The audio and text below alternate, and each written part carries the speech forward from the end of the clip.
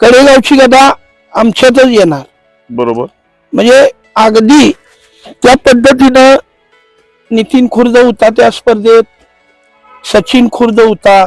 महाराष्ट्राच्या लेवलचा होता नितीन खुर्द. हा, मग महाराज किसला असलमची तिची कुस्ती कडेगावला झाली. बर. हा. आणि एका तालमीत दोघं. हा, एकाच तालमीत दोघं. बर. हा.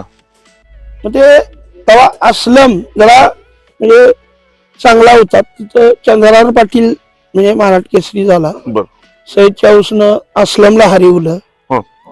तर कुस्ती सकाळी नितीन खुर्दजीने असलमची कुस्ती लय झाली आणि लगेचच कुस्ती सय्यद चाऊस संगत.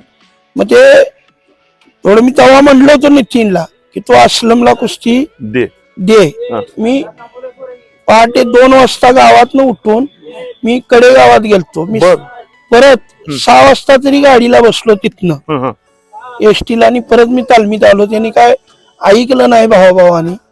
आता ती जर कुस्ती असलमची टप फिट नव्हती आणि असलमला पुढली कुस्ती ती चाऊस संघ झाली. मग आम्हाला तेवढी गॅरंटी होती आणि आम्हाला त्याच्यापेक्षा पलीकडे काय की चंद्रराव पाटलाची आणि असलमची बऱ्याच वेळा कुस्ती झाली आणि बऱ्याच वेळा स्पर्धेत असू दे मैदानला असू दे असलमनं म्हणजे चंद्रराव पाटलासनी हरवलं. तर त्यामुळे असलमला त्यांचं बर्डन काय नव्हतं.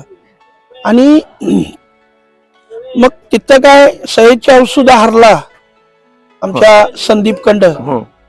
आणि मग संदीपची चंद्रराव पाटलांची फायनलला कुस्ती आली.